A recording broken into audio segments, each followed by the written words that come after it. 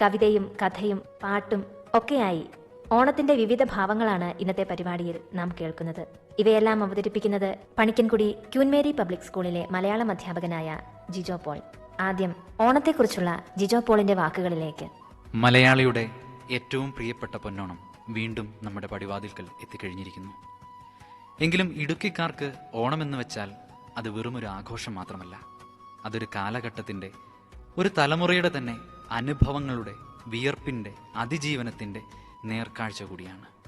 കോടമഞ്ഞും കുളിരുമുള്ള മലനിരകളുടെ പശ്ചാത്തലത്തിൽ ഇടുക്കിയുടെ മണ്ണിൽ പടർന്ന പഴയകാല ഓണക്കാലം ഏതൊരു മലയോരവാസിയുടെയും നെഞ്ചു നിറയ്ക്കുന്ന ഒന്നാണ്. പണ്ടത്തെ നമ്മുടെ കുടിയേറ്റ കാലഘട്ടത്തെക്കുറിച്ചൊന്ന് ഓർത്തു നോക്കൂ. മലനാടുകളിലേക്ക് ജീവിതം തേടിയെത്തിയ നമ്മുടെ അപ്പനപ്പൂപ്പന്മാർ വനങ്ങളും കാടുകളും വെട്ടിത്തെളിച്ച് മണ്ണിൽ പൊന്നു വിളയിച്ച ചരിത്രമുണ്ട് ഇവിടെ.